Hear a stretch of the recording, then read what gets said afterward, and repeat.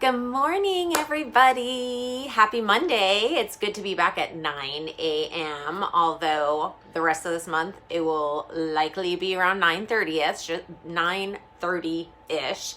Just a reminder. But today, I want to talk to you about your frenemy. Okay, we are in Mindset March. Oh my gosh, I can't see without these things. And so I wanted to talk about, hi, I can't see who that is right now. God, 49. I need these things. Okay, so today, oh, hi, Emmy, it was you. Today I wanted to talk to you guys about your frenemy and who your frenemy is. Your frenemy is your ego, okay? And your ego, I call it the frenemy because it is both your friend and your foe, all right? So when we are babies, and I'm going to talk about the subconscious here, right? So the subconscious is like a sponge, all right? So when... got a hair in my mouth, excuse me. So when we are babies, up until about 7, we are in our subconscious mind 100%. It's all subconscious. And just as a reminder, your subconscious, you're actually in 90% of the day, if not more.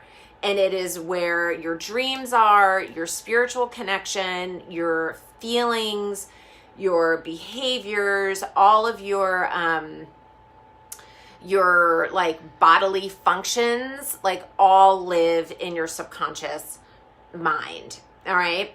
And so when we are about 7, so what it is, like I said, it's like a sponge and it takes in everything. It's like the recorder. Hi, Stacy. And so it literally programs everything. And so when you're about 7, your ego starts to develop, okay? Because it says, holy shit, like I'm literally taking in everything, and some of the stuff I'm taking in is fucking awesome, and some of the stuff I don't want to take in at all. And so an ego is developed to protect you and keep you safe. It is a survival mechanism. Otherwise, you would be like one of those like dirty, nasty ass like sponges that like you have on your sink where you're like, ew, it's just like slimy and gross. And you're like, I probably shouldn't be having this. I should probably get a new sponge, right? That's what happens, which is why your ego is developed, okay? And this starts around 7. And again, it is a survival mechanism, all right? So what it is like you are just like living your life and then something happens and you go, oh, you know what? That didn't feel good. I'm going to create a belief about myself and a behavior stemming from that negative belief, right? So for example, like something bad happens to you with a guy or whatever, right? And then you're like, oh, all guys are jerks or whatever is the belief. And then you go, okay, now I'm going to protect myself. So I'm going to not date, right? So that's the behavior, right? That's your ego at play here, trying to keep you safe. What happens is throughout life, because again, that subconscious is recording everything, you start to create like a brick wall of ego defenses. Hi, Susanna. Oh my gosh, I feel like this is like a reunion of sorts. So a brick wall starts to form, right? And you're like, oh, I don't like this. I'm going to put a brick in this wall to protect me, right? Or I don't like this, and the ego is going to put another brick in the wall, right? And then the next thing you know, you are behind a huge brick wall and you are imprisoned by all of your ego defenses. So your ego friend is no longer your friend and becomes that foe. It becomes that frenemy, okay? And so now you're like, okay, great. Now I'm just like totally imprisoned behind all of these ego constructs that I've developed. Now what? right? So this is when you know, go to therapy, hire a coach, do some soul work, whatever. But the goal is not to completely eradicate this frenemy, okay, in this brick wall. The goal is to go, okay, let me look at these bricks and see if I actually need them anymore. Oh, thanks, Susanna. Do I actually need these anymore? So you go, okay, let me see. Do I need this brick? Do I need to have that belief that all men are jerks and I'm not going to date?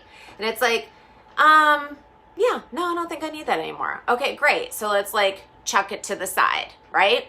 Let's look at this other brick. Do you need this brick? And it's like, and then you look at it and you're like, well, yeah, that's kind of a big one. I think I might still need that one a little bit. Okay, great. Let's put that one back in. We're going to keep that one here. We don't want to like demolish the whole wall because your psyche will just like flip the fuck out. I have a 104-pound golden retriever trying to find space in this little room right now. And yeah, he's 104 because I just brought him to the vet. He's so funny. And one of my cats is 18.5 pounds. Oh my God, so funny. I have such big animals. They're so filled with love. And I just learned that my cat, like they call that little belly area the jungle pooch or jungle pouch. I'm like obsessed because that I just think is adorable because he's got a big jungle pouch. Okay, so anyway,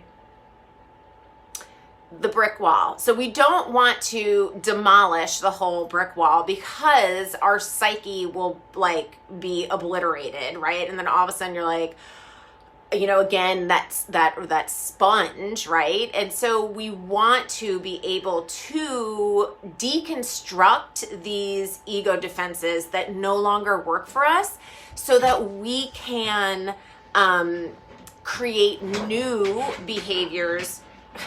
Django. Oh, he's got a ball. That's what's happening. He's trying to get to a ball right now.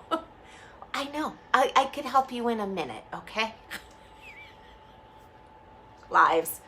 What are you gonna do? Oh my God, he's hilarious right now. So anyway, he got the ball, everybody, in case you were wondering. He's very, very happy. So if this thing that I'm working, like that is holding this up, starts to move, that is why. So again, we don't want to demolish the entire brick wall. We want to leave some of it, right? So you're not imprisoned by it. And so that like huge wall then becomes like this like really pretty like, you know, stone, you know, like short wall that you could see beyond your ego defenses and that you could, you know, hop over it and you could have some freedom and you could feel safe behind it, you know, and it gives you more flexibility and more like openness to change in your life. And so that is why I call the ego your frenemy, because it is your friend and it is trying to keep you safe. And then at some point it kind of turns on you. And so like when I say turns on you, it's more about like, oh shit, this is no longer working for me. And it worked for me for like a bazillion years and now it doesn't. And now I've evolved out of it because I don't need this anymore. And now I could create new, healthier habits and behaviors based on a healthier me. And with that, it is about doing that